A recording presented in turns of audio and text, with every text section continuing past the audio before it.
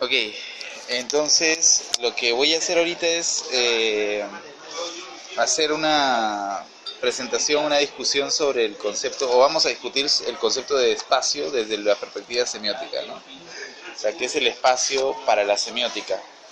Eh, entonces, lo primero, digamos que tenemos que mencionar es que la semiótica se va a ocupar del estudio de la significación y el sentido producido por los signos, ¿no? Entonces, bajo ese punto de vista, eh, todo lo que significa el espacio va a estar condicionado por la aparición de los signos o cómo interactúan los signos en el espacio. Cuando nosotros nos vamos al diccionario razonado de la teoría del lenguaje de Greimas y Curtés, cuértenla pues acá, de Curtés, ellos dan tres acepciones de lo que es el espacio, ¿no? Entonces, la primera acepción es que el espacio es un objeto construido. O sea, el espacio resultaría un efecto de extensión construida desde diversos puntos de vista. Uno es el geométrico. Es una construcción de semiótica, de construcción de significación, si quieres, que puede tener una dimensión geométrica, ¿no? Geométricamente podemos detectar la conformación de un espacio, ¿no? O la aparición de una espacialidad. Podemos estudiar el espacio, dicen ellos, desde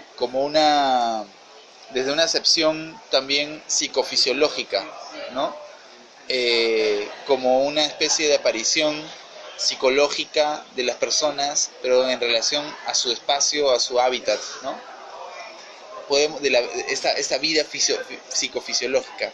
Pero también podemos usar el espacio de una vista o una perspectiva sociocultural, ¿no? Como la organización cultural de la naturaleza y como el espacio de construcción social, ¿no? Hasta ahorita al menos tres perspectivas que podemos mencionar del espacio como perspectivas de estudio que la semiótica podría tener con respecto al espacio, ¿no? Como un objeto construido que podemos hacerlo desde el punto de vista geométrico, desde el punto de vista sociológico, desde el punto de vista psicofisiológico. La segunda acepción que nos da Greimas y Curtés sobre la noción de espacio es la noción de que el espacio es algo distinto, o es una construcción artificial del espacio natural.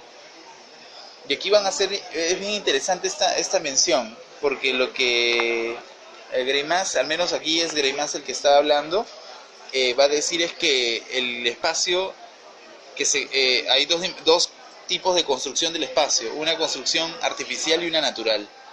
Dice que la construcción natural del espacio es la construcción orgánica que nos aparece de las interacciones del hombre en el espacio. Por ejemplo, los bosques, el mar, que son espacialidades orgánicas, no naturales.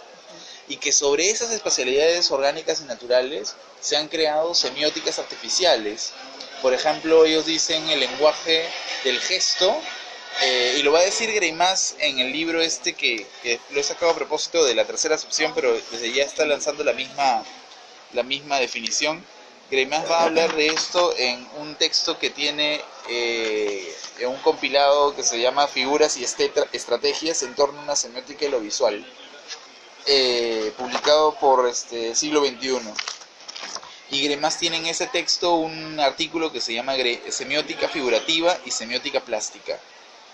Y justamente en el prefacio o en la introducción a esta semiótica figurativa y plástica, Greimas habla acerca de la distinción entre una semiótica natural y una semiótica artificial, ¿no? Y va a decir, por ejemplo, que la semiótica natural, por ejemplo, puede ser identificada en los acompañamientos gestuales de los discursos, ¿no? Por ejemplo, yo puedo tener un gesto de enojado, y que eso de alguna u otra manera está construyendo un espacio, forma parte de un espacio natural, ¿no? Forma parte de la relación natural del cuerpo con el espacio. Pero, por ejemplo, el lenguaje de sordomudos es un espacio artificial, creado sobre el espacio oral, orgánico de los gestos, para tratar de hacer una artificialidad del código, ¿no? Para que construir un lenguaje social, artificial, sobre una imposibilidad de no hablar, ¿no? He escuchado que, o sea, la gestualidad de los italianos, ¿no? Que los italianos son muy expresivos. Sí. Se veía que son una cultura mucho de navegación. Ah, ¿qué pasa? Entonces la cultura de navegación no está próxima, ¿no? Sí. Sino hay ciertas distancias, ¿no? El Sí. muelle, el barco, ¿no? Sí. Entonces por eso desarrollaron toda una gestualidad muy marcada, ¿no? Sí. Para poder significar, a partir de ese espacio que tú mencionas, que es natural, generar una comunicación artificial. Claro, una comunicación artificial que se produzca desde, como tú dices, estos gestos de los italianos con respecto a los sistemas de navegación, ¿no? Que así sería una especie de construcción artificial de lenguaje sobre relaciones orgánicas de interacción con el espacio marítimo, si quieres, ¿no? Claro, entonces Greimas va a decir lo mismo que tú estás diciendo, va a decir que la espacialidad artificial, o al menos el lenguaje artificial que crea o que está conjunto en una espacialidad artificial, como lo va a decir en el diccionario, forma como una especie de convergencia o resuena con este espacio natural, ¿no? Entonces voy a citar, ellos dicen: el objeto de espacio se identifica entonces en parte con el de la semiótica del mundo natural, y la exploración del espacio no es más que la construcción explícita de tal semiótica. Sin embargo, la semiótica del espacio se distingue de la semiótica del mundo natural porque trata de explicar las transformaciones que sufre la semiótica natural por la intervención del hombre, que al producir nuevas relaciones entre los sujetos y los objetos, fabrica, sustituyendo esa semiótica natural por semióticas artificiales, como tú estás diciendo. O sea, la construcción de un espacio artificial sobre espacios naturales o orgánicos, u orgánicos. Entonces tenemos dos acepciones. La primera acepción es que la semiótica tiene muchas perspectivas de ser estudiada con respecto al espacio. Puedes agarrar, hay que escoger la perspectiva que vamos a agarrar, ¿no? La otra es que el espacio, hay una diferencia entre el espacio artificial y el espacio natural.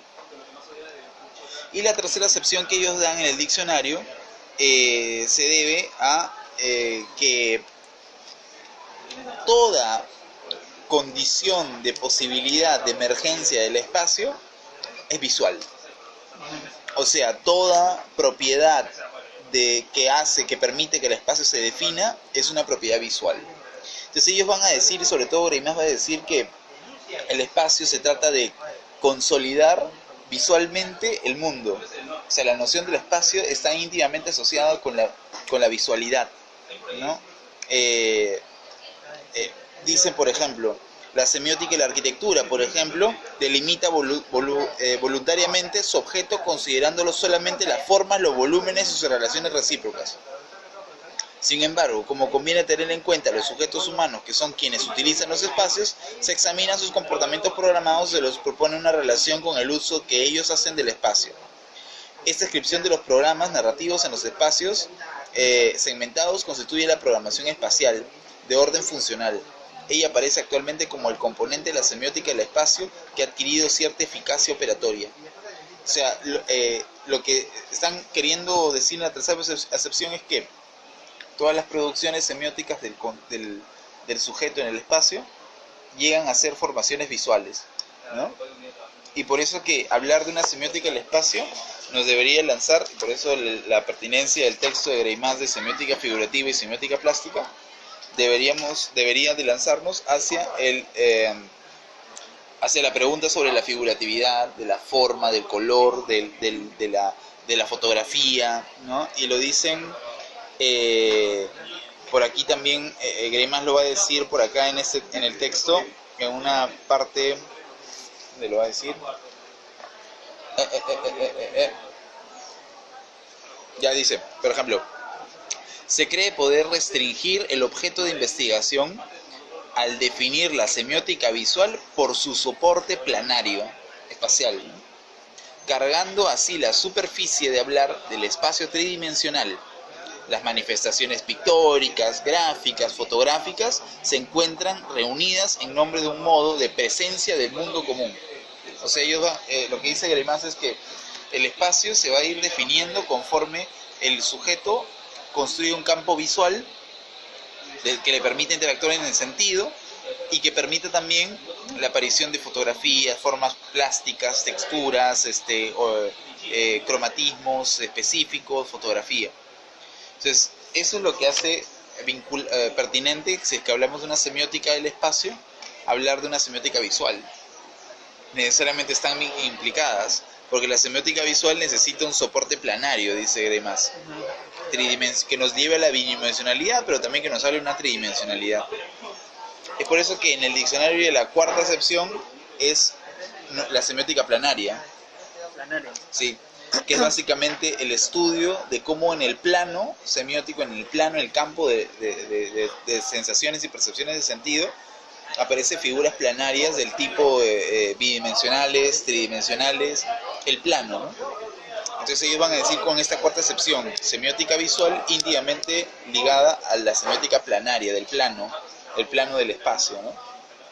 Ellos van a decir, claro, el plano se encuentra definido por la tridimensionalidad, por los ejes por ejemplo, tipos de perspectivas en la pintura, por ejemplo, la construcción del plano o la semiótica planaria en Picasso, por ejemplo, ¿no? Hay tridimensionalidad en la construcción de sus planos, o la tridimensionalidad que existe en el cuadro Las Meninas de Velázquez, ¿no? Que hay una tridimensional, una construcción tridimensional del espacio, que es muy diferente a la bidimensionalidad del suprematismo de Malevich, por ejemplo, donde ya la semiótica planaria tendría otra cosa que decir plásticamente con respecto a las anteriores que te he mencionado. Entonces, para Greimas y Curtés, en la semiótica tradicional, la superficie es la que configura los lugares y el espacio del texto al objeto de estudio. Y esta superficie, pues, tiene mucho que ver la semiótica planaria, o sea, la tridimensionalidad, cómo se crea un efecto de tridimensionalidad a través de los efectos de luz, ¿no? Por ejemplo, yo puedo sombrear cierta parte de un objeto, que puede ser un círculo, y le doy un volumen, le construyo un plano tridimensional, ¿no? Una profundidad. ¿Te acuerdas que la tercera dimensión es la profundidad, ¿no? Como luego ahora de pegar, ¿no? Que mandaste. Tiene una tridimensionalidad. Exacto, tiene una tridimensionalidad que ya no te hace hablar de un elemento planario bidimensional que tiene otro tipo de sentido, otro tipo de ejecución de sentido, ¿no? En cambio, la tridimensionalidad te arroja hacia una textura, hacia un fondo, hacia un devenir, ¿no? Entonces tiene otra producción de sentido. Entonces, por eso la tercera acepción, la primera acepción era, el espacio puede ser estudiado de muchas formas. Segunda acepción, el espacio es diferente, hay dos tipos de espacio en principio, el artificial y el natural. Tercera acepción, todo espacio artificial es visual. Cuarta acepción, todo espacio visual implica una semiótica planaria. Toda semiótica del espacio que se ocupe del estudio visual implica una semiótica planaria, una semiótica que estudia el plano, la tridimensión, la luz, la sombra, la bidimensión, los juegos ápticos, los juegos ópticos, ¿no? Ahora,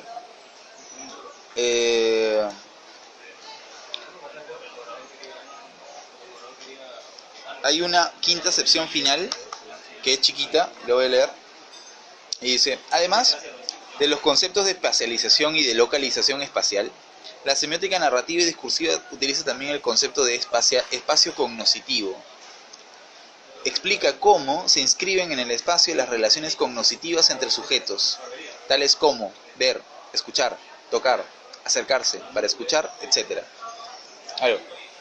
El espacio también está regulado por las interacciones de los sujetos, y ellos llaman de cognoscitivo en el sentido de hay una volición, una intencionalidad entre la interacción de los sujetos. Cómo interactúan y se posicionan en el mundo localmente para interactuar entre ellos. Entonces no solamente es el espacio, la aparición de objetos visualmente dados, no solamente es el estudio de la luz sobre el plano, sino también es el estudio de la interacción social de los sujetos, ¿no? Son tres definiciones interesantes que incluso están, al menos desde el punto de vista visual, están detalladas en el libro Semiótica Figurativa y Semiótica Plástica de Greimas, ¿no? Aquí Greimas va a hablar acerca de por qué los iconos, por ejemplo, hay una relación de representación entre los iconos y el mundo real. No es que sean semejantes, sino que hay una correlación, hay una resonancia. Ahí habla de los iconos, habla de las texturas, de las figuras, ¿no? Habla de las... Greimas va a hablar acerca de el significante plástico, la plasticidad, ¿no? Va a hablar de la forma plástica, va a hablar del lenguaje poético, va a hablar del texto plástico. Entonces va a desarrollar de alguna u otra manera, Greimas, un estudio del plano a través de un estudio visual, ¿no? De la fotografía, de cómo está la luz proyectada, cómo se construye el espacio. Ahora, este estudio nos lanza a un hecho muy formal, ¿no? Porque, visto así, analizar desde la postura semiótica tradicional el espacio sería analizar las formas del espacio, ¿no? La forma tridimensional, la forma plástica, la luz, la proyección de la luz que genera una forma. Entonces, básicamente lo que va a hacer la semiótica es estudiar el espacio desde el punto de vista formal, ¿no? Es como lo que siempre digo, la definición de la semiótica con otras disciplinas es que siempre, al menos lo que decía Greimas, la distinción de la semiótica con otras disciplinas es que esta se va a dedicar de la forma más que de la sustancia, ¿no? La sustancia es una materia formada, el hombre, por ejemplo. Preguntarnos qué es el hombre, cuál es la sustancia del hombre, la afectividad del hombre, por ejemplo. La forma, en cambio, sería una categoría abstracta, intelectual, de tipo metafísico, si quieres, pero que estudiaría no la afectividad del hombre o los afectos del hombre o el ser del hombre, sino más bien la categoría de ciudadano que tiene el hombre, por ejemplo. Claro, la categoría formal de ciudadano, la categoría de amante del hombre, no lo que siente, no lo que... Entonces, en la semiótica tradicional es esta búsqueda de, por ejemplo, si vamos a estudiar el espacio, buscar siempre la toma, el sentido, buscar siempre el plano medio, amplio, general, la proyección de la luz, en el sentido no intensivo, sensitivo, sino más bien en el sentido de lugar en donde está proyectando la luz, tridimensionalidad, textura, qué tipo de textura es, rugosa, amplia, lisa, ¿no? O sea, tratar de formalizar el análisis. Ok, ahora, ¿qué sucede? Que la semiótica continental, que en los 50-60 estudiaba el espacio de esta manera, ¿no? Tratando de buscar las formas en los espacios. Continentales, francesa, Greimas, la europea, ¿no? Italiana. Tratar de buscar esta formalidad en el estudio del espacio. Pero ¿qué pasa? Después encontramos posteriormente una semiótica que, en vez de preocuparse solamente de la forma, lo que va a decir es que cómo existe una sustancia, una materia, mejor dicho, que va a dar vida o que va a interactuar con esta sustancia, ¿no? La materia llega a ser el afecto, los afectos cómo interactúan con las formas, ¿no? Por ejemplo, cuando decimos la categoría ciudadano no solamente es un rol programado, también es una persona que está dentro de una estructura de tensiones. Entonces, a partir de eso, ya los estudios de Fontanille y Silverberg, y sobre todo de Silverberg, van a utilizar un concepto interesante que nos puede servir para alumbrar mucho la idea de espacio. Ellos van a hablar o Silverberg va a hablar de espacio semiótico, ¿no? O espacio tensivo, perdón. ¿Qué es el espacio tensivo? Esta teoría está en el libro, la teoría de Silverberg, la estructura de Silverberg, ¿no? Cómo presenta Silverberg el espacio como principio máximo de la semiótica tensiva. Bueno, Silverberg va a decir que en realidad el espacio en que interactuamos, el espacio de sentido, la semiósfera en la cual interactuamos, se le conoce también como espacio tensivo para Silverberg. ¿Y qué implica el espacio tensivo? Implica la vinculación entre una variable intensiva y una variable extensiva. O sea, habitualmente el espacio, como bien diría Greimas, tiene cualidades netamente extensivas, ¿no? O sea, netamente evaluativas en tanto acumulativas, ¿no? Por ejemplo, el espacio se forma por una silla, dos sillas, tres sillas, cuatro sillas, por objetos acumulados en el mundo, ¿no? El espacio es en esa medida extensivo, en teoría, porque lo que estaba evaluando la semiótica tradicional era cómo aparecen las formas, ¿no? Este elemento visual de aquí, que va construyendo la espacialidad de todo de la hoja. Una botella en una hoja podría construir una espacialidad, o un punto en la hoja podría construir la espacialidad de toda la hoja. Si yo dibujo un punto en el centro de una hoja, ya construyo una espacialidad. ¿Pero por qué? Porque estoy haciendo que aparezca un punto como algo que ocupa el espacio. Y esa era la visión tradicional, tratar de manera extensiva el espacio. O sea, los objetos, los cuerpos, constituyen el espacio. Pero la locura de Silverberg, lo que hace Silverberg, que es increíble, es que va a decir que en realidad el espacio no está constituido por una variante netamente extensiva. O sea, no está diciendo que el espacio se construye netamente por objetos. El espacio está construido por una intensidad que va a llenar más o menos esta interacción de los objetos en el mundo. Si nosotros vamos a definir el espacio, como decía Greimas, por la fotografía, por ejemplo, aparece la forma de un rostro, en un cuadro, o un plano medio, ponte, aparece la foto de un cuerpo, un rostro humano, en un plano cinematográfico. Nosotros podemos decir, claro, la aparición del humano inferior izquierda, formal, hace la aparición del espacio. Sí, pero el espacio no solamente aparece porque aparece un algo que lo llena, sino este algo que lo llena ya nos está dando la noción, o está inyectando dentro de este plano la noción de afectividad, de intensidad. Por ejemplo, un plano de una persona en la esquina izquierda presentada en un plano abierto, ¿no? Puede transmitirnos soledad, puede transmitirnos reflexividad, contemplación, ¿no? La persona está contemplando el mundo. Y ahí hay intensidad. No solamente hay la noción de la aparición de un sujeto que llena el espacio, sino hay intensidad, ¿no? Ahí está la aparición de una variable afectiva, sensitiva, que va a llenar el espacio. O sea, la intensidad, Intensidad. sería una variable afectiva. Sería una variable afectiva. La intensidad es una variable afectiva de ritmos, de sensaciones, de intensidades, de contenidos de tipo estésico, ¿no?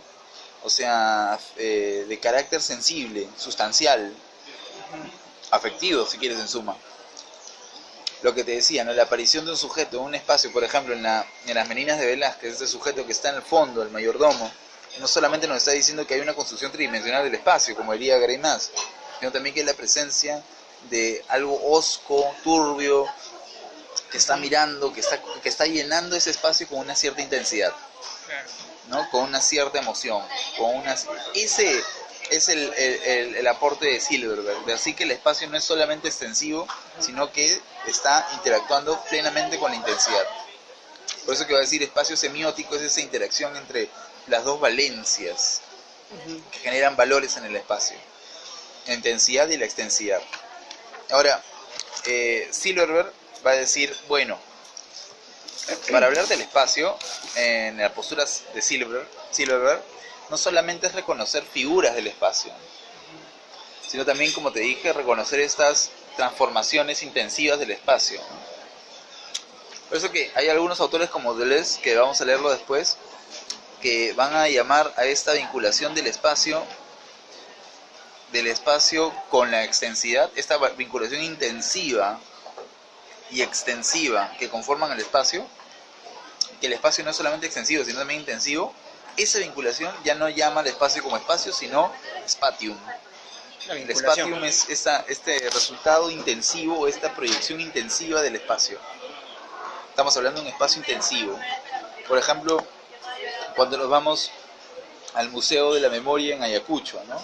y ves que el museo tiene un segundo piso en donde hay o existen una habitación que está llena de ropa tirada en el suelo. Así es la habitación. Recuerdos, ropa, fotografías, ropa. Y el guía te va a decir que esa ropa son de las víctimas de la lucha armada interna en el Perú.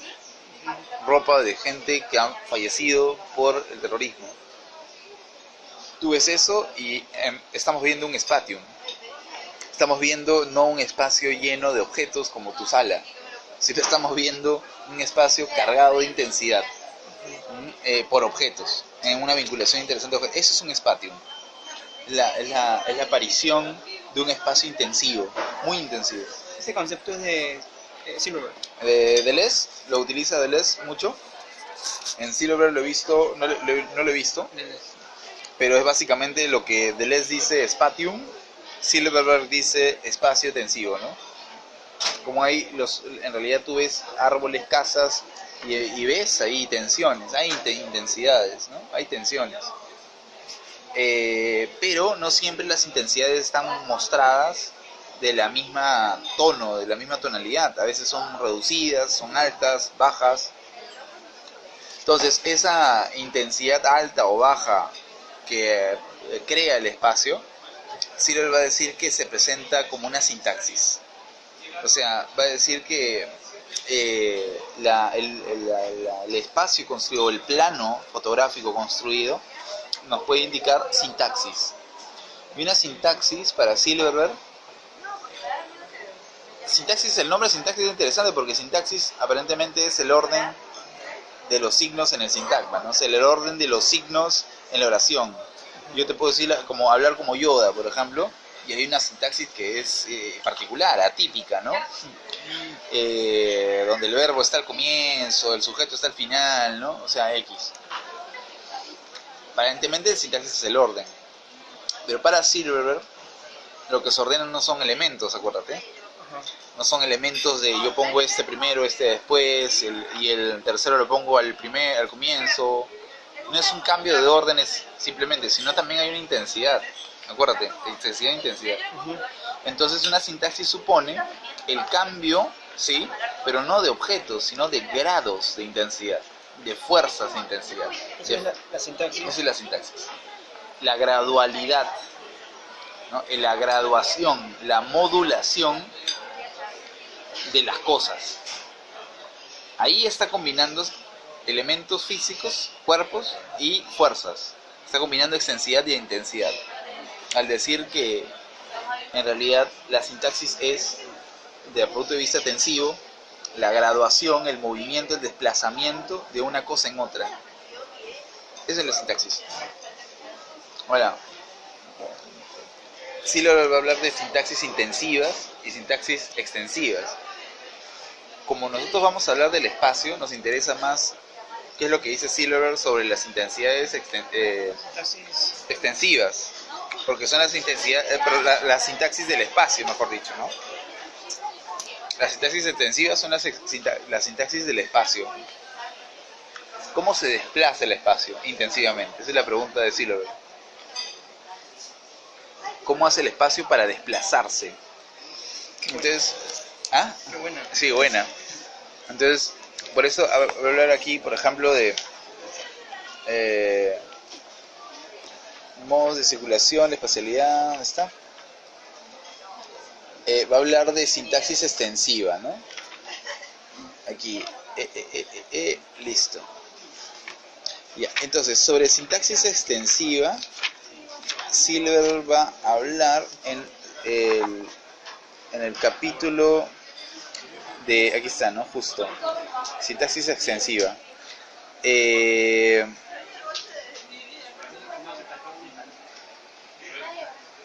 Va a hablar acerca del desplazamiento del espacio, ¿no?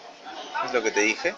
Y a mí lo que me interesa es cómo él va a presentar diversos cuadros que grafiquen o diversos movimientos del espacio como graduaciones del espacio, aparición del espacio. Por ejemplo, hay una aparición del espacio como un espacio demarcativo, ¿no? ¿Qué es el espacio demarcativo para Silverberg? Es un espacio que va a marcar una exterioridad de una interioridad. O sea, un espacio demarcativo es el que va a proyectar límites dentro del espacio, como posiciones dentro del mundo, y va con ello marcar una interioridad de lo que sucede dentro del límite, como una exterioridad de lo que sucede fuera del límite. Esos espacios son demarcativos, y la sintaxis es exterioridad e interioridad. No son opuestos, sino son graduaciones. Uno va de la interioridad a la exterioridad como un grado, se mueve en otro, ¿no? Como una modulándose en uno en otro. Y los dos, interioridad y exterioridad, son espacios también afectivos. Hay otro tipo de espacio, dice Silverberg, que es el espacio volitivo, ¿no? El espacio volitivo es un espacio afectivo, direccionado. Ya no son de posiciones, quién es tú, quién eres yo, sino de direcciones, o sea, de movimientos. Es un espacio de apertura y de cierre. Si te das cuenta, ya no marca una posición fija de interioridad y exterioridad, sino que es una abertura, se abre, se mueve y se cierra. Pero ese cierre, dice Silverberg, no es algo que sea fijo, perenne, sino más bien es algo momento. Es un momento dentro del proceso del espacio, ¿no? El cierre es un momento, la apertura es algo que se va a salir de movimiento del espacio, pero que no va a ser una salida eterna, se va a cerrar, ¿no? Y Silverberg lo grafica, hace estas gráficas clásicas del espacio en el esquema extensivo, ¿no? La apertura va a implicar una mayor extensidad y por tanto puede ser que exista en esa apertura mayor intensidad de una persona que está escapando de algún sitio, como también podría ser una menor intensidad, no sé, una persona que tenga que salir necesariamente a clases, está aburrido, a trabajar, y no hay poca intensidad. Pero el cierre implica mucha más intensidad, ¿no? O menor intensidad, depende de cómo sea la sintaxis. Pero el cierre implica una reducción de la extensidad, es una extensidad reducida, ¿no? Acá hay algo interesante, porque el espacio volitivo, cuando hay menor espacio, puede que haya también mayor intensidad. Imagínate una situación en donde exista mayor intensidad y menor espacio. ¿Cómo es eso? Y aquí es algo interesante que dice Silverberg. Cuando la intensidad gobierna, el espacio y el tiempo se anulan. O sea, cuando el espacio, mira lo que dice, cuando la intensidad o la afectividad o la escena es un acontecimiento violento, intenso, fuerte, una sacudida, un cataclismo, sucede, hay poca noción cognitiva del espacio y del tiempo. O sea, imagínate lo que siempre digo yo, ¿no? Este famoso último texto del Zaratustra de Nietzsche, ¿no? Zaratustra recibe el signo final que había estado esperando durante toda la novela. Y al final, Zaratustra es golpeado por el signo, que es una bandada de aves y un león sonriente. Entonces, Nietzsche va a decir, en boca de Zaratustra, va a decir que para esa clase de cosas, para esa clase de signos, no hay tiempo ni espacio terrestre en la Tierra. O sea, como que en los eventos, acontecimientos cataclísmicos, lo que tú tienes es poca noción de lo que está aconteciendo en la realidad. Es como que si el tiempo pasara lento, el tiempo se dispara, ¿no? No sabes cuántas horas está pasando, no sabes dónde estás. La misma intensidad es desbordada, ¿no? Desborda el espacio, claro. O sea, Anula, quiebra el espacio, ¿no? claro. Y ese es el concepto de cierre, finalmente, ¿no? La eventualidad Silverberg lo llama la concesión. Hay dos características en Silverberg, ¿no? La implicación, por ejemplo, reducción de espacio, amplificación de espacio implica reducción de intensidad, concesión. Por ejemplo, implicación, ¿no? Implicación es que se reduce A, por tanto B, ¿no? Se reduce la intensidad, por tanto se aumenta la extensidad. Qué sé yo, implicación, ¿no? Todo el salón jala, por tanto todo jalado. Una implicación, ¿no? Implicación, estás caminando y una cáscara de plátano adelante, implicación, te vas a caer, ¿no? Es una obviedad. de sentido, una dirección obvia de sentido. Pero hay otra característica que es la concesión, ¿no? La concesión es una característica del acontecimiento, de la aparición, del cataclismo. Básicamente cuando tú dices a mayor extensidad, mucha intensidad. Eso es algo no implicativo, no lógico. Todo el salón jalado, pero yo he aprobado. Es una concesión, es algo eventual. Entonces cuando tú dices que, por ejemplo, el cierre implica una anulación del espacio-tiempo por un desborde de la intensidad, entonces estamos hablando de una concesión. El espacio se quiebra por concesión, si quieres, ¿no? Por características acontecimentales que aparecen, ¿no? Esto con respecto al espacio volitivo. Entonces, espacio demarcativo es espacio de posiciones, ¿no? Centro, periferia. Espacio volitivo es espacio de movimientos. Aberturas, cierres, aperturas, abertura, cierre, abertura, abertura, cierre. Y el espacio fórico es espacio de impulsivo, ¿no? El espacio volitivo es cómo se abren los límites, cómo se cierran. Pero el espacio fórico es cómo se genera movimiento y reposo. Es mucho más dinámico, ¿no? Movimiento, desplazamiento. Reposo del desplazamiento. El cierre es el cierre del límite, ¿no? Pero el reposo es un momento como condición para seguir moviéndose, ¿no? El reposo. Pero esta concepción del espacio tensivo-intensivo es más, toma en cuenta mucho el movimiento en sí, ¿no? Sí. O sea, la interacción. La interacción. Es como que la raíz de este análisis, ¿no? Sí.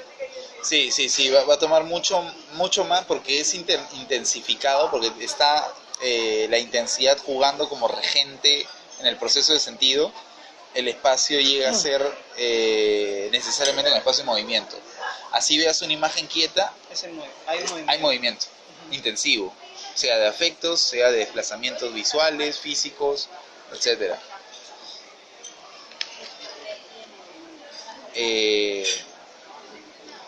Por ejemplo, este análisis que hace Silverberg sobre lo profano y lo sagrado, ¿no? Muy clásico. Iba a decir, por ejemplo, cuando tenemos un espacio que está relleno de una intensidad, porque así socialmente se ha valorizado los objetos o arquitecturas o qué sé yo. Por ejemplo, en la misa hay un espacio que es el atrio, en la iglesia, perdón, hay un espacio que es el atrio, o en la institución, o en el edificio, porque la iglesia es la reunión de personas. Hay un espacio que es el atrio que es sagrado, es un espacio intensivo, pero es un espacio que está cerrado, no cualquiera puede entrar a ese espacio, es un espacio íntimo, interior, no cualquiera puede entrar, profundizar en el espacio, interactuar. Hay mucha intensidad en ese espacio, pero conforme vamos saliendo del recinto sagrado, aparece lo profano, lo del espacio abierto, el espacio público, lo profano, ¿no? El espacio sagrado parece que está más cuidado, más íntimo, más cerrado. Aquí, encerrado y abierto, lo que está evaluando Silverberg es la aparición, al menos en la iglesia, del espacio demarcativo, ¿no?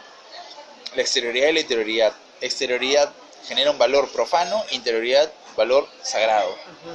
Que dicho sea de paso, se podría ser correlativo con el estudio o el tema del cuerpo del cristiano, ¿no? O sea, el cuerpo del cristiano valora la interioridad, la exterioridad es profanidad, ¿no? O sea, el interior del cuerpo es un espacio interior, se ha creado por demarcaciones, ¿no?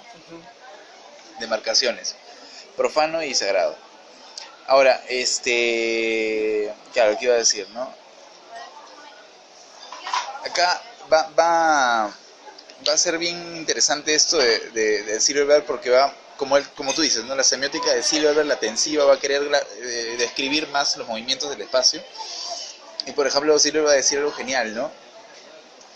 El cierre y la abertura no son, como te decía, en semiótica general, o semiótica, perdón, greimasiana o estructuralista, el cierre y la abertura van a ser oposiciones, ¿ya? Van a ser formas. Pero en Silverberg, el cierre y la apertura van a ser movimientos entre uno y otro. Por eso que la palabra también que utiliza Silverberg para el cierre es la contracción y la abertura es la dilatación. ¿no? Dilatación y contracción, ¿no? Son las figuras que crean el espacio. O sea, es un espacio total en desplazamiento que no se puede oponer necesariamente, sino lo que hay que investigar son los intervalos entre las oposiciones, entre las categorías, ¿no? No hace falta decir centro-periferia para graficar un espacio, ¿no? Por ejemplo, el centro de Lima y la periferia de la ciudad, sino más bien tratar al centro como una contracción de ciertos atavismos, rituales, códigos, signos, formulaciones de sentido, y a la periferia como una dilatación más permisiva, más profana, más experimental, ¿no? Entonces me parece a mí bien chévere esto, la idea de la contracción y dilatación. Y sobre todo algo bien interesante que dice Silver, va a decir, claro, miremos al cierre y la abertura del espacio no como categorías que se oponen, opositivas, sino como contracción y dilatación, que generan a su vez una respuesta del sujeto en este espacio. ¿Cuál es la respuesta del sujeto? En la contracción, en el cierre, en el centro de la ciudad, en el centro, en el instituido de la ciudad, si quieres, hay mayor sensación de localidad del sujeto, mayor sentido de pertenencia e identificación. Pero a mayor periferia, es decir, a mayor dilatación del espacio, hay mayor sentido de ubicuidad como respuesta del sujeto. O sea, ¿ubicuidad qué es? Es el sentido de no pertenencia, sentido de estar en muchos lados, pero no ser de ninguno. Y es lo mismo que pasa, por ejemplo, en la construcción del espacio nacional, ¿no? El espacio nacional, por ejemplo, tiene un centro, al menos el peruano, tiene un centro donde Lima es la contracción espacial del territorio. Pero en la periferia, donde el sujeto andino se le recrimina que no tiene identidad nacional, ¿no? O sea, que no es peruano, que no comparte nuestro territorio, que parece estar en otro mundo, ¿no? Más sentido de ubicuidad, no de localidad y pertenencia, ¿no? O sea, los Andes parecen ser esta zona que el discurso de González Prada, por ejemplo, en Politeama se anunciaba ya esta idea de que el Perú no estaba formado por los criollos de la costa, sino por toda esta muchedumbre de indígenas que viven en el altiplano, ¿no? Que no eran y no tenían sentido de identidad peruana. No luchaban por nuestra guerra, luchaban porque los llamaron y los obligaron, ¿no? Y aquí está bien interesante la fórmula tensiva que va a producir Silver, es que, claro, el sujeto que vive en contracción, es decir, en cierre del espacio, en esta localización del espacio, es un sujeto que produce la fórmula tensiva del aquí mismo. Aquí estoy, este es mi mundo. Y el sujeto de la periferia, el de la dilatación, el que vive en la abertura, es un sujeto de por todas partes. Lo curioso es que González Prada, cuando grafica el espacio andino, dice por la muchedumbre regada de indios en el altiplano. Regada, como que se está dando en todas partes, ¿no? El estar en todas partes hace que el espacio, la noción del espacio que estemos describiendo, sea un espacio abierto, sí, dilatado, sí, pero también ubicuo, ¿no? Eso es genial. En todas partes, centro-periferia. ¿Y hay algún sentido de cuando el espacio es más contraído, es más pequeño? O sea, estás hablando de los Andes, muchedumbre, ¿no? Es un espacio que necesariamente... La contracción sería la ciudad, ¿no? Si claro, quieres, la contracción de un movimiento social, ¿no?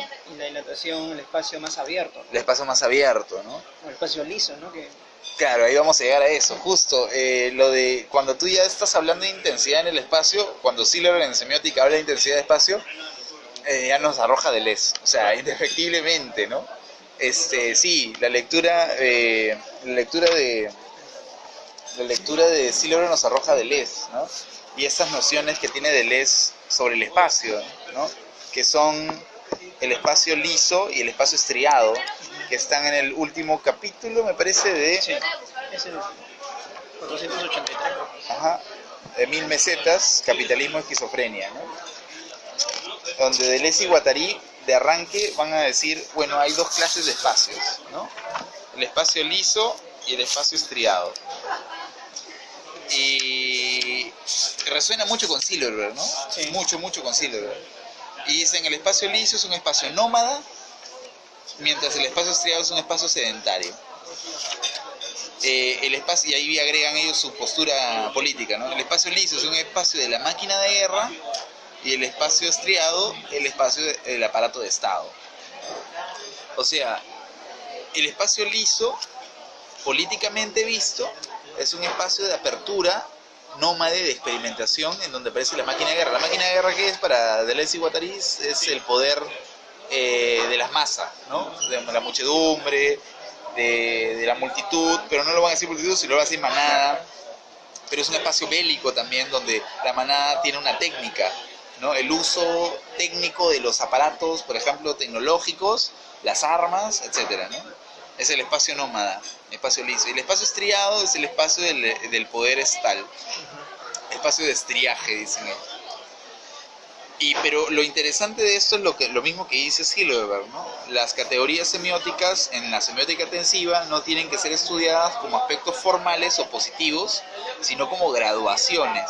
Y lo que dice Deleuze y Guattari son lo mismo. Dicen, bueno, pues cuando hablamos de liso y estriado, no estamos hablando de dos presentaciones opuestas, sino de una interacción de por medio sin la que no se entendería lo liso ni lo estriado. Porque lo que nos interesa es cómo el espacio liso es capturado, englobado por un espacio estriado, o cómo el espacio estriado es el que disuelve el espacio liso, el que permite que se desarrolle un espacio liso. Esa es la pregunta que le interesa a Deleuze y Guattari. Cómo uno se combina con otro.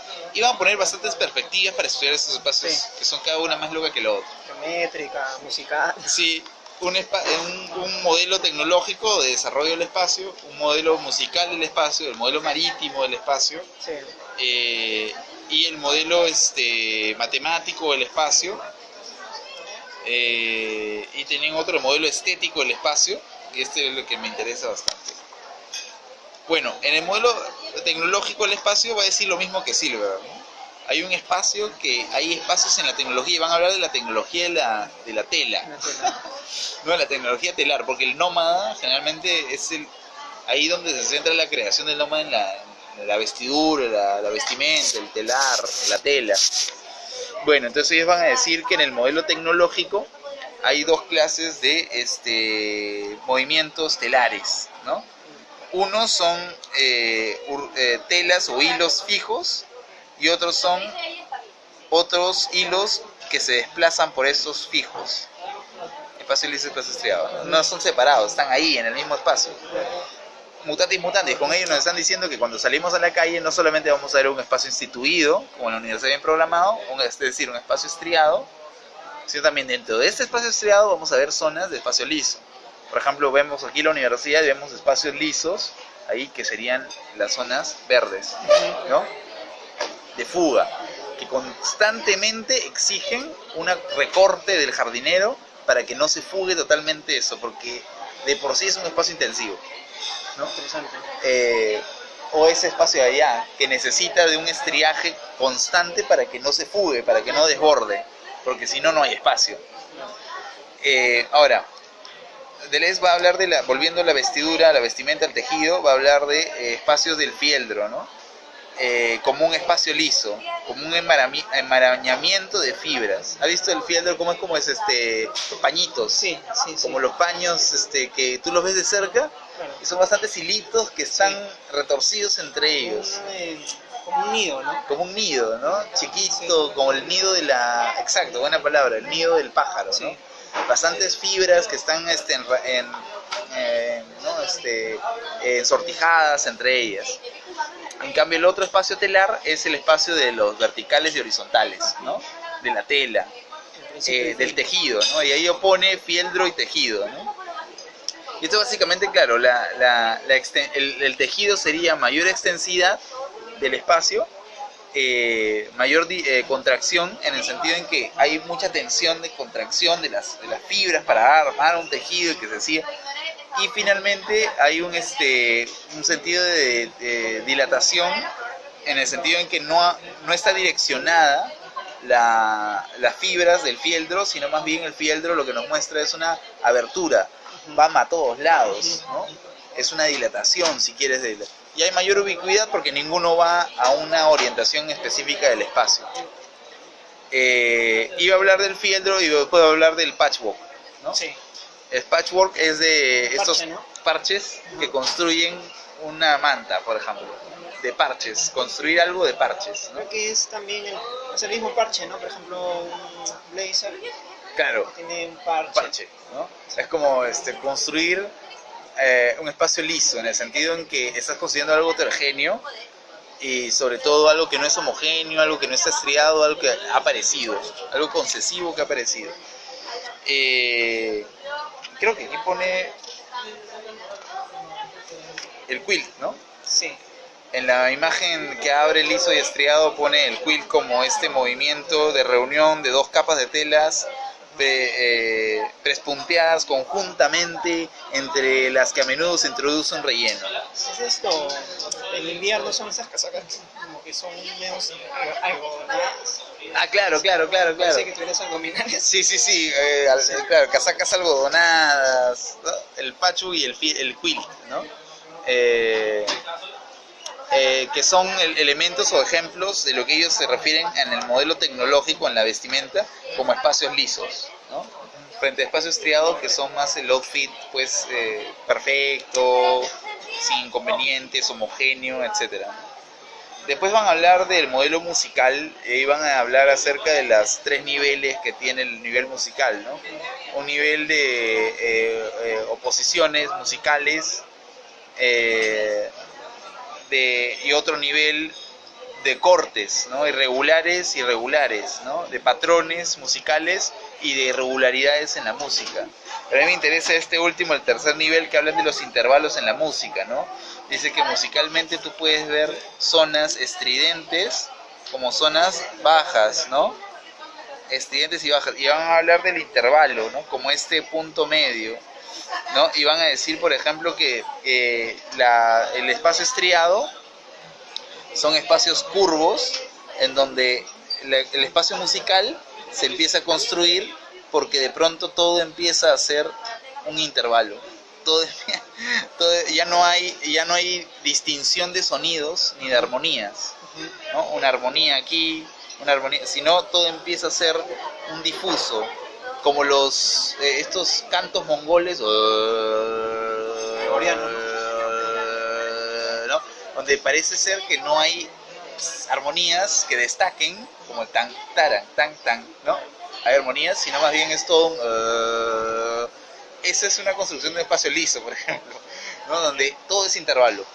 O sea, no hay puntos en donde que apoyarse. Entonces, o si no, John Cage, el silencio, ¿no? Donde todo parece ser un intervalo, todo es silencio. ¿Dónde están las armonías? ¿Dónde están el destacamiento de la singularidad armónica? No hay. Es básicamente todo hecho, y ellos dicen acá, ¿no?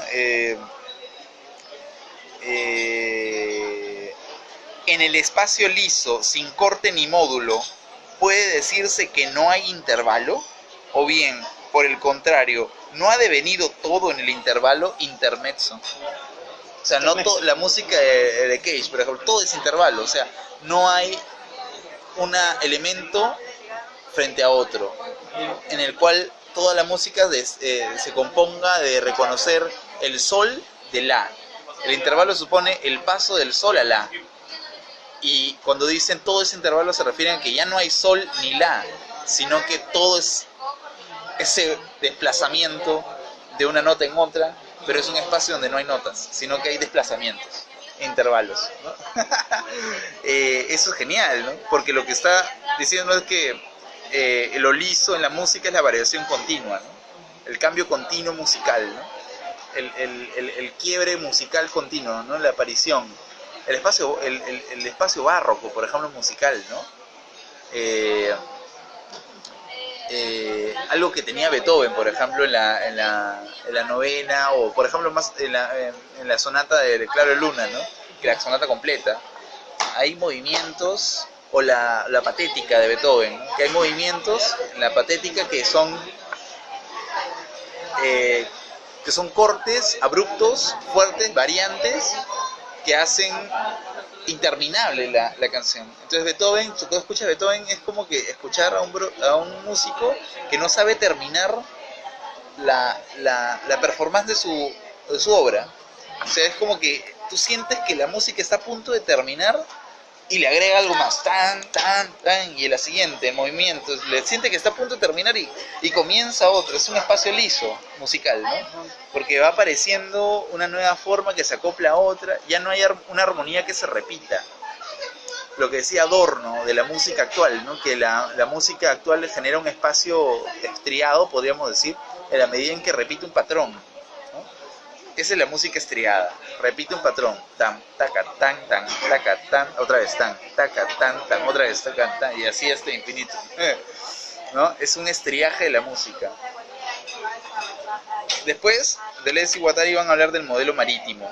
Y aquí me gusta mucho porque la metáfora del mar ha sido usada bastante por Nietzsche, por bastantes autores. El mar es tú ves el mar y es totalmente un espacio liso per se, ¿no? Y ellos dicen que el mar es un espacio liso sobre el cual hemos construido un estriaje, ¿no? Algo parecido a lo que tú estabas diciendo con respecto a los italianos, ¿no? El modelo marítimo supone construir un estriaje sobre el mar, pero ellos dicen no se construye un estriaje sobre el mar que parte, o sea, a partir de la referencia con la tierra. O sea, no es que el mar se estría o se construye un estriaje del mar. Por ejemplo, este es el mar, ¿no? Este es el territorio y este es el mar. Y no es que construimos como en las 200 millas, ¿no? El estriaje del mar de esta manera tan simple, en referencia a la tierra, ¿no? Sino construimos el estriaje del mar por referencia a la altura, ¿no? A las estrellas, a los astros, astrología. Hay movimiento de estrellas que de pronto baja a la tierra y genera estriajes, movimientos o porciones en el mar, desplazamientos en lo que tenemos que hacer y que no tenemos que hacer. Y es en el mar donde, curiosamente, el espacio marítimo ha creado poca interacción, si bien mucha interacción e intento de gobierno de parte del aparato de Estado, ha creado poca interacción o subordinación del aparato de Estado con respecto al el Estado subordinado, por ejemplo, la tierra, que es un espacio liso per se, pero no ha podido subordinar el mar. Más bien, los que se han desplazado muy bien por el mar han sido los nómades también, ¿no? Claro. Nailam, ¿te acuerdas la novela Nailam? O si no, la novela de los vikingos, la historia de los vikingos, ¿no? La Antártida, como este espacio nómade, liso, ¿no? Entonces ellos van a hablar aquí del mar y van a dar de pronto algunas cosas interesantes con respecto a lo que hablábamos de localidad, dilatación, periferia, centro periferia, con respecto a la ciudad.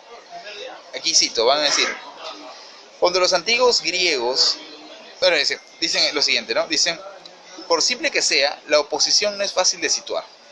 Logos y nomos. Logos, sí, ciudad, nomos, nomadismo. No podemos contentarnos con oponer directamente el suelo liso del ganadero nómada a la tierra estriada del cultivador sedentario. O sea, no se puede oponer al ganadero con el sedentario. El nómada con el sedentario no son opuestos. Nuevamente, espacio liso y espacio estriado no son opuestos. Existen siempre en su interacción. Dicen, es evidente que el campesino, incluso sedentario, participa plenamente del espacio de los vientos, de las cualidades sonoras y táctiles.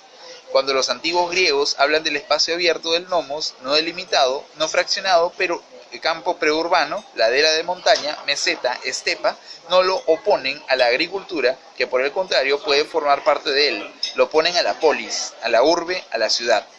Esto me parece importante porque cuando los griegos oponen pues periferia al centro, como el centro es el malo y la periferia es lo bueno, generan actitudes valorativas o positivas que no están tomando en cuenta que dentro del espacio de contracción también hay zonas de dilatación, ¿no?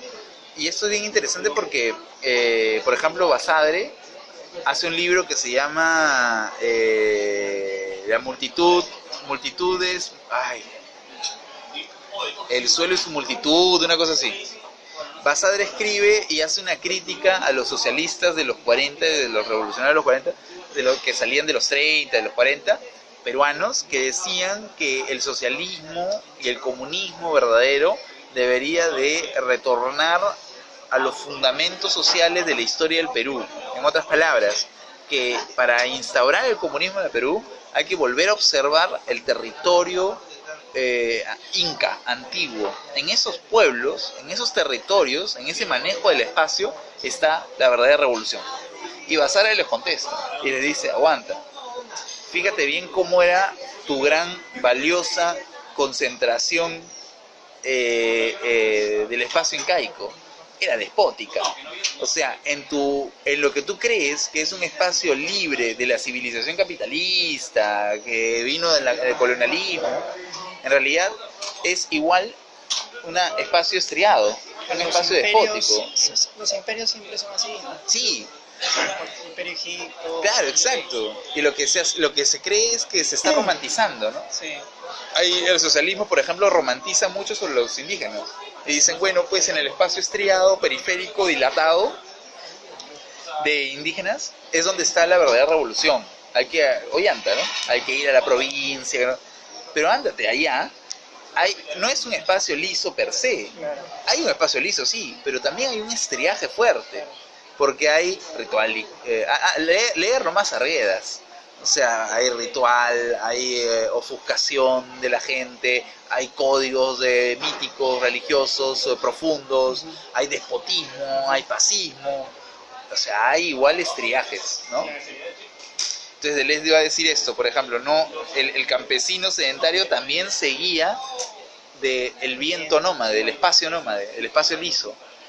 Pero eso no está romantizando, ¿no? No está diciendo que el espacio liso es lo mejor, está diciendo que hay fugas que están dentro del espacio estriado, como lo que estamos viendo en la arquitectura, ¿no? Pero también hay estriajes dentro de espacios lisos, ¿no? Hay espacios estriados dentro de espacios lisos también, ¿no? Y eso es algo importante, no hay que romantizar el espacio liso, ni ubicarlo en un sector puntual y decir ahí está, ¿no? Voy a hablar de la casa también, y me hizo pensar mucho en Hundertwasser. Deleuze va a hablar justo del espacio en el modelo marítimo. Le mete bastantes cosas en el modelo marítimo, ¿no? Porque va a hablar de las casas, ¿no? Dice, los espacios lisos surgen también en la ciudad. Por ejemplo, el barrio, ¿no? Que ya no son únicamente los de la Organización Mundial, sino de una respuesta que combina lo liso y agujereado, y que se vuelve contra la ciudad, el barrio, por ejemplo, ¿no? Inmersos suburbios cambiantes, provincionales, de nómadas y de trogloditas, residuos de metal y de tejido, patchwork que ni siquiera son afectados por los estriajes de la moneda, del trabajo, de la vivienda, una miseria explosiva, dice. Dentro de la ciudad misma hay zonas de estriaje, y él va a decir algo interesante, va a decir, por ejemplo, en las casas, ¿no? Las casas de estas zonas de lisas dentro de la ciudad son casas que están siempre pensándose hacia afuera, ¿no? Lo liso piensa la arquitectura hacia afuera, ¿no? Es con lo que decía, la abertura, la dilatación, la casa, la arquitectura de la casa piensa, por ejemplo, vemos estas típicas señoras en los pueblos que se paraban en su silla, fuera de su casa con la puerta abierta, en la calle, ¿no? Típica imagen o fotografía o estampa de provincia, ¿no? En pueblos. Básicamente la casa del nómade ve para afuera, ¿no? Ventanas, aberturas, balcones, pero también la idea del barrio en el interior de la ciudad como la quinta, ¿no? Abres la casa y está el espacio público es la casa, ¿no? El espacio nómade. Es un espacio nómade, transitorio, abres la puerta, ingresan, salen, ¿no? En el espacio de apertura, de cierre no, ¿no? Necesitas un código, un password, un estriaje determinado que te permite ingresar al interior, ¿no? Y eso me pareció interesante en el espacio marítimo con respecto a la construcción del espacio de la ciudad y la urbe, ¿no? No hay que romantizar en los espacios, hay que reconocer en ellos su transitoriedad entre uno y otro, sus dilataciones, ¿no? Y después, bueno, va a hablar de las multiplicidades de la matemática. Lo que a mí me interesa aquí es el modelo estético que ellos dan. Como yo te decía que con Greimas decía que la tercera acepción de la semiótica respecto al espacio era: el espacio se crea desde una posición óptica, ¿no? Visual, planaria. Eso es cierto, dice, pero hay que mirar bien también cómo aplicamos los espacios estriados y lisos en esta figura, ¿no? De la visual. Y cuando ellos aplican los espacios lisos y estriados al modelo estético, al modelo visual, es genial. No sé si te digo de esa parte. Sí, habla de lo áptico. Habla de lo áptico. Lo óptico. Sí. Ellos dicen, claro, varias nociones, prácticas y teorías sirven para definir un arte nómada y sus desarrollos. En primer lugar, la visión próxima, por oposición a la visión alejada, es también espacio táctil, o más bien el espacio áptico, por oposición al espacio óptico. O sea, el espacio óptico es el espacio de Greimas, el que te dice Greimas que tienes que reconocer cuando hagas análisis. Es decir, cómo las figuras brotan del espacio para el ojo, cómo las texturas brotan del espacio, perdón, cómo los iconos brotan del espacio para el ojo, cómo la dimensión espacial está subordinada al ojo, ¿no? Gira en torno al ojo, como creador o como reconocedor del espacio de presencias, del espacio tensivo, el espacio, ¿no? Pero Deleuze va a decir, claro, Espacio de propiedades, ¿no? claro, espacio de propiedades. Deleuze va a decir, acá hay algo interesante, porque Greimas también habla de esto. Va a hablar de una semiótica plástica, ¿no? De un texto plástico. ¿Está? Aquí está. Sí. Greimas va a querer reconocer dispositivos topológicos, ¿no? Va a querer reconocer, cuando habla de la forma plástica, va a querer hablar acerca de la textura en Greimas. Y la textura es algo que va a relacionar la mano efectivamente con el objeto, ¿no? El objeto de semiótico, ¿no? Y va a hablar de texturemas, ¿no? La superficie del texto va a tener rugosidades, texturas, va a decir Greimas, pero lo que le interesa a Greimas aquí es la categoría plástica, no le interesa la interacción estética. Lo que le interesa es esta categoría plástica, por ejemplo, lo rugoso, lo fonológico, lo liso, lo rugoso, ¿no? Reconocimientos plásticos, lo punzante, ¿no? Como categorías. Lo interesante de Deleuze y de Silberberg es que lo áptico ya no nos abre hacia esa interacción del ojo, ¿no? Porque es un ojo que ya no va a ser un ojo que reconozca cosas, sino va a ser un ojo que se desplace. ¿Y cómo se desplaza el ojo? Deviniendo, dice. El ojo deviene táctil. Y deviene quiere decir que no es táctil. O sea, no es que tenga una identidad táctil, sino que se convierte. El ojo puede convertirse en tener una habilidad táctil. Eso es lo áptico. Un devenir del ojo, ¿no? Una transformación del ojo. Lo liso, dice, nos parece a la vez el objeto de una visión próxima por excelencia y el elemento de un espacio áptico. Lo estriado, por el contrario, remitiría a una visión más lejana y a un espacio más óptico, ¿no? Y voy a hablar aquí de el arte, ¿no? Básicamente. Deleuze y Guattari, bueno, Deleuze sobre todo va a poner un ejemplo con el barroco, ¿no? Tiene un libro sobre el barroco, Deleuze, y ahí va a hablar de lo áptico y va a decir, bueno, primero va a decir que los egipcios desarrollaron el sentido de lo áptico en el relieve. La línea abstracta. Ajá, la línea abstracta. En el relieve, dice, ¿no? O sea, que no es una línea, sino es una propiedad al espacio que le están otorgando. Uh-huh. ¿Y por qué dicen que es abstracta? Porque no se refieren a abstracta que sea imaginaria, sino que es abstracta porque ellos sacan la palabra abstracta de abstraere, de abstracción, abstracción significa de succión, abstracción significa, abstraer significa succionar, recoger, significa, ¿cómo se dice este verbo? Esto acá. Estirar, chupar, succionar, acoger, ¿no? Esa es la línea abstracta. Esa es abstracción, es eso, lo usan ellos así. Entonces la línea abstracta es la línea que succiona algo, ¿no? Que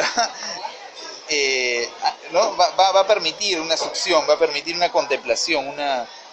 En el caso de los egipcios, ¿cómo sería esa línea? El caso de los egipcios, lo que Deleuze dice que lo áptico está aparece en los egipcios en el relieve, ¿no?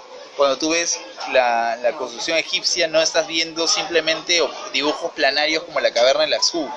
Lo que tú ves son figuras en relieve en tres dimensiones, una semiótica planaria tridimensional, que de por sí te está invitando, la profundidad te invita al recorrido del ojo.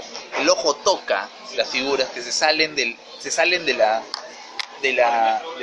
pared. Curioso, porque siempre se cree que el arte egipcio es bidimensional y que Claro. el griego le genera volumen con la escultura. Claro. Pero en el egipcio, como dices, hay un recorrido. Hay un recorrido áptico, dice Deleuze, ¿no? Esto lo dice... Bueno, aquí no lo dice, pero lo va a decir en pintura y diagrama, que es otro... no, aquí también lo debe decir, ¿no? Ahí está. Ya sabía, siempre lo dice. Dice, captan el espacio áptico en las condiciones imperiales del arte egipcio. Lo definen por la presencia del fondo horizonte, por la reducción del espacio al plano y por el contorno rectilíneo que encierra la individualidad. Sustrae, esta es la palabra, abstraere, sustraere. La sustrae al cambio. Tal es la forma pirámide sobre el fondo de desierto inmóvil, ¿no? Tres dimensiones la pirámide, ¿no? El desierto inmóvil, espacio liso, de pronto aparece un espacio liso más como una apticidad, ¿no? La luz que choca con el objeto le da una profundidad y hace que el ojo ya no solamente vea, sino participe. Mucha más participación del ojo, ¿no? El ojo áptico. La línea abstracta es esa, la línea que sustrae, ¿no? Que permite sustraer, succionar de la luz su destello. Y tú ves la línea, que no es una línea geométrica pura, como una línea, ¿cómo le dice? Una línea concreta, sino es una línea abstracta porque ves una línea que está sustrayendo, ¿no? Como por ejemplo, una línea concreta sería una línea bien fijada, bien hecha, así. Una línea abstracta sería como las de Picasso, que parece que no están terminadas, o las de Da Vinci, que son líneas que no están discontinuas, mal hechas, terminadas, ¿no? Línea que está, tú la ves y está expresando una emoción, una estética. Habla sobre el arte gótico también, ¿no? Ah, sí, el gótico y el barroco, ¿no? ¿Y por qué? Esto es interesante. Vamos al tema de las capillas, por ejemplo. Cuando te vas a una capilla, sobre todo en provincia, por ejemplo, la capilla, la iglesia de Ayacucho, tú vas a ver la catedral de Ayacucho, tú vas a ver bastante monumento barroco. ¿Qué es el barroco? Son la idea de rellenar el global de un montón de particulares, de detalles, ¿no? El barroco es tratar de poner bastantes formas, figuras que rellenen el espacio, ¿no? Por eso que cuando se habla de barroquismo, por ejemplo, filósofos como lo que te enseñé de Lunarejo, el cusqueño, Lunarejo decía en sus salmos, eran como bestiales, ¿no? Hablaba de una cosa, se iba a la otra, rellenaba con latín, hablaba, o sea, barroco. Y para Deleuze el barroco es áptico, porque cuando tú te paras en la capilla y ves todas esas miles de formas, objetos, seres que están interactuando en la iglesia, es monumental. El ojo no simplemente está viendo una forma particular, está diviniendo en cada una de ellas, ¿no? Como la Sagrada Familia, que es totalmente de barro, ¿no? Claro, y ahí tu ojo no está viendo objetos, está metiéndose en la imagen, explorándola, deviniendo mano, deviniendo táctil, ¿no? Deviniendo táctil, y construye otro espacio. Seguimos hablando del spatium, ¿no? El espacio intensivo. Ya no es un espacio que de reconocimiento de categorías, ¿no? Por ejemplo, no sé, pues yo te puedo decir, ¿dónde está el pabellón X? Bueno, está allá. hay un espacio óptico. El espacio óptico más bien es reconocer, por ejemplo, el impresionismo, el destello de la luz sobre los objetos, o por ejemplo, cómo la sombra, por este tipo particular de luz, está proyectándose en el suelo de la universidad, ahí, ¿no? En el suelo del piso. Y estamos viendo en ese suelo la aparición particular del golpe de la luz sobre los cuerpos. Eso es áptico. O sea, yo me meto, imagina que te metes, que no solamente lo ves, que te metes, que el ojo se mete a recorrer eso. Lo está tocando la sombra. El barroco funciona lo mismo, el gótico también, ¿no? Como esta idea de llenura del espacio permite mayor intensidad. Un espacio liso es el barroco, ¿no? Un espacio liso que va agregando una cosa y después se va a otra y después se va a la siguiente, ¿no? Es como la poesía, ¿no? La poesía en el 70 de... La poesía del 70 de Jorge Pimentel, ¿no? De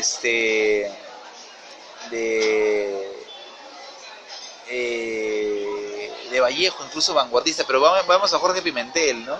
Que es un poeta que él escribió su poema Tromba de Agosto caminando por todo Lima. Agarró un papel, un lapicero y caminó toda la Arequipa hasta el centro de Lima. Y todo ese trayecto le iba apuntando cosas que él escuchaba. Chao, hola, bienvenido, oye, compadre, ¿no? Y le iba apuntando. Y su poema, tú lees su poema y son así, ¿no? Menú, 7 soles, chao, te vi hoy, chao, habíamos pagado tanto, chao, pronto, chao, ¿no? Entonces, ahí la construcción poética, el espacio liso, ¿no? Claro. Barroco, ¿no? Áptico también, porque estás tocando, hay una apticidad de la poesía, ¿no? Es locazo eso.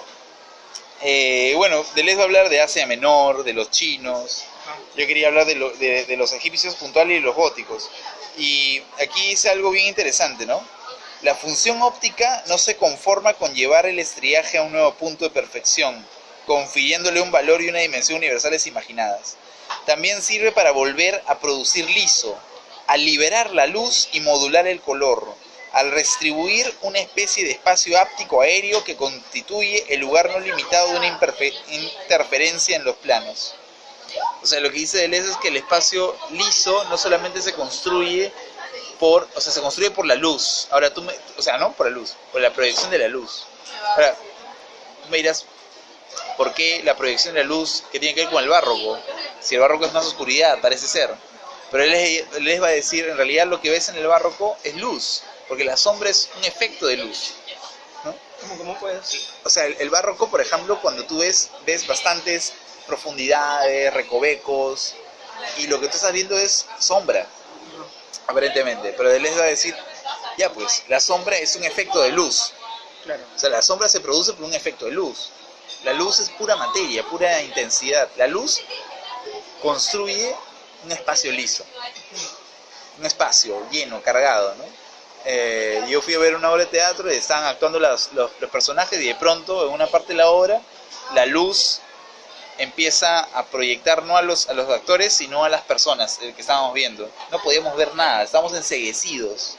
Ese destello que nos empezó a enceguecer era un espacio liso, ¿no? Un espacio brutalmente intensivo, ¿no? Que destruye el espacio estriado, ¿no?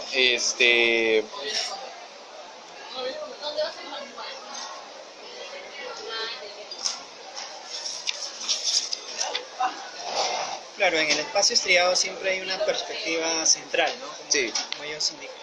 Y el otro es un espacio más amorfo, informal, Sí. un espacio liso. A la capacidad Una de acción libre también, ¿no? Claro. Hay cierta libertad como cierta el barroco, ¿no? apertura, el barroco, hay una función. Y ahora pensándolo, por ejemplo, de cara a Hitchcock, pensamos, por ejemplo, en Hitchcock y decimos, bueno, hay escenas en Hitchcock donde los espacios en Vértigo Claro. son totalmente estriados, ¿no? Por ejemplo, la presentación del personaje principal con su futuro cliente, ¿no? Entonces hablan en su casa, le cuenta tal cosa, es un espacio liso. Hay un espacio liso también en el museo, caminando en el museo, ¿no? La ciudad es un espacio liso, pero de pronto aparecen también espacios estriados, ¿no? Espacios estriados. Pero también aparecen espacios lisos, claro, como por ejemplo cuando la primera escena el sujeto está yendo de una casa a otra y ve el vértigo y el espacio empieza a cambiar, a mutar. Ajá. Y empieza el ojo ya no a reconocer, sino que los objetos le saltan al ojo y parece el ojo que los está tocando. Ajá. Apticidad, pura apertura, pura dilatación y ubicuidad. Distorsión del espacio. Hay una iglesia barroca en la película. Claro, también. Es donde se desarrolla el éxtasis de la película. Claro, o si no, el espacio liso en el bosque. La chica se pierde el bosque, un espacio liso en el bosque, un espacio liso en el mar, la chica se avienta al mar, claro. Espacio liso en el mar. O esta ilusión lisérgica que tiene el personaje principal cuando empieza a tener pesadillas, ¿no? Y aparecen rostros, caras, un círculo, ese es el espacio liso, ¿no? Que anula los espacios ápticos. O el espacio liso también en el retorno de ellos a la iglesia final, la capilla final, ¿no? Hay un espacio liso también ahí, las alturas. Hay una sombra que llega al final. La sombra, ¿no? Como el gran espacio liso, ¿no? La luz. Y ahí puedes recoger todo lo que hice Deleuze sobre los rasgos materiales de la expresión, ¿no? En el espacio, que son la luz, el tema, algo que no tiene forma ni fondo, la línea mutante, sin comienzo ni fin. Eso parece ser el árbol, el bosque, el mar, el sueño lisérgico. Tan viva como una variación continua, es verdaderamente una línea abstracta y describe un espacio liso. No es inexpresiva, sin embargo, es cierto que no constituye una forma de expresión estable y simétrica, ¿no? O sea, no te dice, te da una connotación de inestabilidad, ¿no? Desencadena una potencia, un flujo impulsivo, ¿no? Un zigzag, una variación. Entonces, lo que el espacio, por ejemplo, en Hitchcock lo que te enseña es que desde Silverberg podemos manejar esto del espacio, la noción del espacio como una construcción que se hace o que se crea en base a una modulación, ¿no? Un juego que a veces es liso, a veces es estriado, liso como acá, intensivo y poco extensivo, y poco armónico extensivamente, y estriado en la medida en que es más extensivo que intensivo, ¿no? Pero este desplazamiento te invitaría a pensar no que existen no en dos espacios en Hitchcock, sino en graduaciones de aparición del espacio, ¿no? ¿Cómo aparece el espacio en Hitchcock? Interacciones entre espacios, ¿no? Porque no es, o sea, no debe, lo que invita Deleuze y Silverberg no es a quedarnos en reconocer dos oposiciones de espacio. Por ejemplo, el espacio loco, reconocer los espacios lisos y el espacio estriado. Lo que le interesaría a Deleuze es cómo aparece el espacio liso, en qué escenas aparece el espacio liso, qué rompe el espacio liso y finalmente qué lo captura nuevamente, ¿no? En el cine, ¿qué es lo que fomenta, qué es lo que incendia o aviva la aparición de un espacio liso y que finalmente podría capturarlo, ¿no? ¿Qué es lo que finalmente lo puede capturar o reducir o estriar, ¿no? ¿Qué es lo que puede estriar, ¿no? Al espacio liso? Eso me parece interesante que se pueda evaluar semióticamente, ¿no? Estas apariciones, también la noción. Ahora, volvemos a eso acá, ¿no? En semiótica el espacio no es solamente una formación figural, o sea, no es una figura, no es solamente reconocimiento de, como dice Semprini, ¿no? Una figura espacial, por ejemplo, el espacio estereotipado, el espacio abstracto, el espacio natural, el espacio formal, el espacio cerrado, el espacio abierto. Lo interesante de semiótica del espacio es no solamente reconocer las figuras retóricas del espacio, sino también la construcción del espacio. Construcción que implica a la intensidad como condición de la construcción, ¿no? Y por eso, si utilizas a Silverberg y utilizas a Deleuze, te da esta perspectiva, ¿no? Desplazamiento, sintaxis, ¿no? Sintaxis tensiva, sintaxis del espacio, ¿no? Una semiótica espacial debería contemplar eso, ¿no? La aparición. Ya pues nos advirtió David, ya nos advirtió pues Basadre sobre cómo considerar el espacio romantizar sobre el espacio, ¿no? El peligro de romantizar sobre el espacio, ¿no? Que es precisamente decir, bueno, el espacio simplemente va a ser o el espacio socialista está en tal sitio, en los incas, hay que estudiarlo, hay que revalidarlo. No, basar en los incas. El espacio inca es también un espacio estrellado, ¿no? No solamente es un espacio liso, sino también estrellado. Y eso es, ¿no? Para mí que una semiótica del espacio debería contemplar estas nociones. Y bueno, y yo con eso ya hemos terminado esta noción de espacio. Hemos revisado la teoría de Greimas, Silverberg y Deleuze y Guattari, ¿no? Y bueno, espero que para una siguiente vez podamos hablar de la noción de tiempo, por ejemplo, o otras nociones más. Y aquí empezamos una rueda más de semiótica. Bueno, gracias a los que han escuchado.